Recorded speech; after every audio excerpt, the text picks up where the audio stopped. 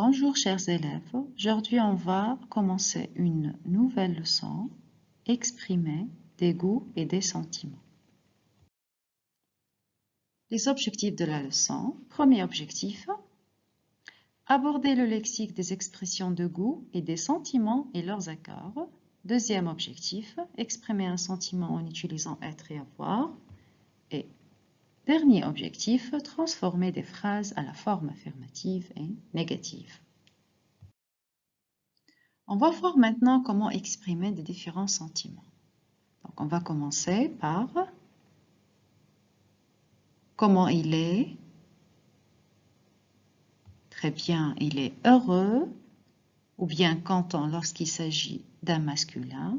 Et lorsqu'il s'agit d'un féminin, on dit heureuse ou bien contente. Deuxième, une personne triste. Triste, on dit triste au féminin et au masculin. Ça ne change pas. Il est comment? Timide.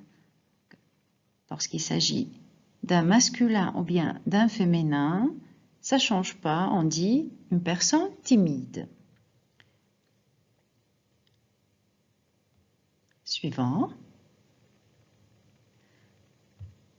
Une personne stressée.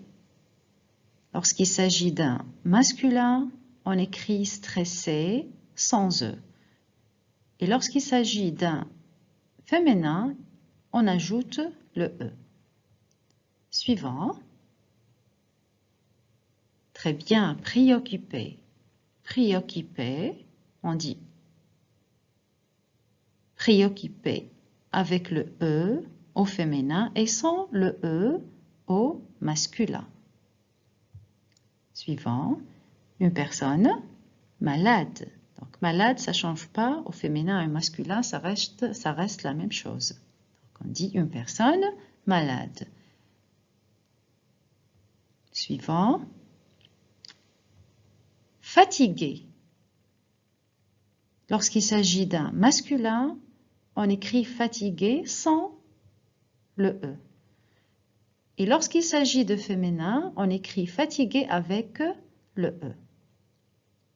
Suivant, une personne enthousiaste. Très bien, une personne enthousiaste. Ça ne change pas au féminin et au masculin. Ça reste la même chose. Suivant, une personne énervée. Énervée. Donc, lorsqu'il s'agit d'un masculin, on écrit énervé sans le E. Et lorsqu'il s'agit d'un féminin, on écrit énervé avec le E. Et la dernière personne, elle est effrayée. Donc, lorsqu'il s'agit d'un masculin, on écrit effrayé sans le E. Et lorsqu'il s'agit de féminin, on écrit effrayé avec le E. Voyons ensemble les verbes à utiliser pour exprimer un sentiment. Donc, pour exprimer un sentiment, on utilise les verbes être et avoir. Lorsqu'il s'agit du verbe être, on dit je suis, tu es, il et elle est. Et lorsqu'il s'agit du verbe avoir, on dit j'ai, tu as, il et elle a. Attention, on utilise le verbe être ou avoir pour exprimer ses sentiments. Commençons par la première. On utilise avoir pour exprimer un sentiment de chaleur. On dit avoir chaud, j'ai chaud. Suivant, on utilise le verbe être pour exprimer un sentiment de tristesse. Donc, être triste, je suis triste. On exprime un sentiment de faim, avoir faim. Donc, il a faim. Et dernièrement, on utilise le verbe avoir pour exprimer un sentiment de joie. Être content, il est content. Passons maintenant à une activité de mémorisation. Lisons la consigne. Complétez par le verbe être ou avoir. Donc, on va compléter par les deux verbes être ou avoir. Première phrase. Tu, enthousiaste. Donc, tu cries à haute voix. On utilise ici quel verbe? Être ou avoir? Excellent. Le verbe être. Tu es enthousiaste, donc tu cries à haute voix. Deuxième phrase. Je, soif, je dois boire un jus d'orange. Être ou avoir ici? Bravo. Avoir. Donc on dit j'ai soif, je dois boire un jus d'orange. Troisième phrase. Il content, il rit tout le temps. Ici, quel verbe on utilise? Excellent. Le verbe être. On dit il est content, il rit tout le temps. Dernière phrase. Elle, froid, elle doit porter son manteau. Quel verbe on utilise ici? Le verbe être ou bien le verbe avoir? Oui, j'entends la réponse.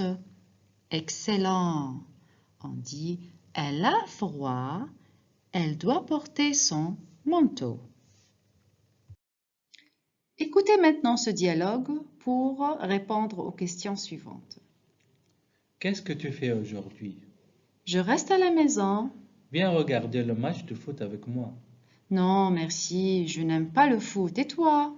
Je préfère le cinéma, mais je ne déteste pas le sport. Moi aussi, le cinéma est ma passion.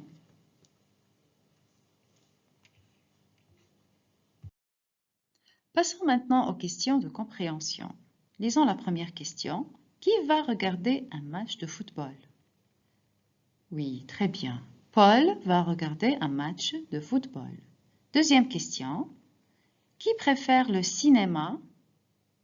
Excellent. Paul préfère le cinéma. Dernière question.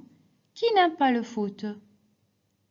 Oui, bravo. Christine n'aime pas le foot. On va voir maintenant comment exprimer ces sentiments. Lorsqu'il s'agit d'un sentiment positif, on utilise les termes suivants. J'adore, j'aime beaucoup, j'aime bien, j'aime, je préfère, ça me plaît beaucoup. Et lorsqu'il s'agit d'un sentiment négatif, on utilise les termes suivants. Je n'aime pas du tout, je déteste, ça ne me plaît pas, ça ne me plaît pas du tout, j'ai horreur de, je ne supporte pas. Passons maintenant à la pratique. Lisons la consigne. Je mets les phrases suivantes à la forme affirmative ou négative. La première phrase. Ma sœur aime les voyages en groupe.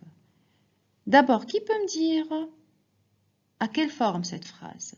Affirmative ou négative?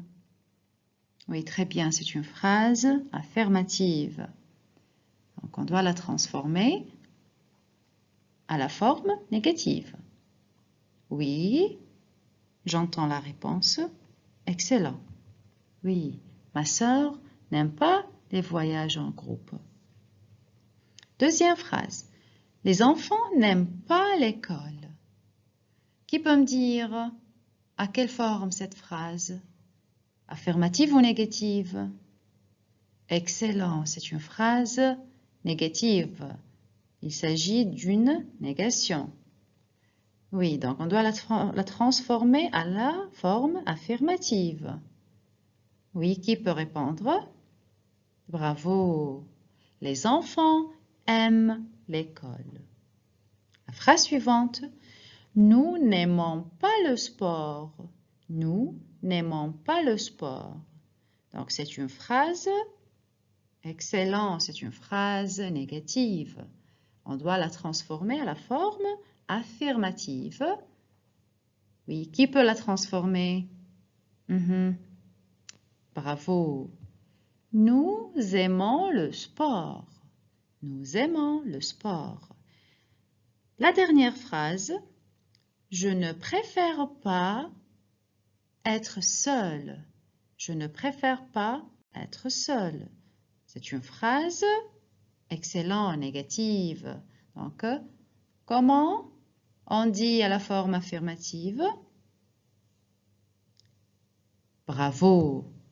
Je préfère être seul. Je préfère être seul.